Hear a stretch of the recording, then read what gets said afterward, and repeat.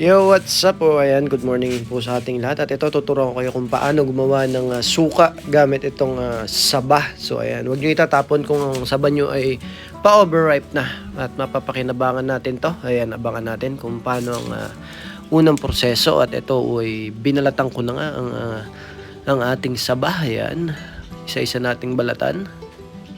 Ganyan lang ang proseso, napakadali. So, hindi masasayang maging pakinabang pa. At ito, hiwain natin sa gantong size lang. Yan, para magkasya dun sa ating lalagyan. At dito nga nilagay natin sa garapon. So kung meron kayong glass jar, mas maganda.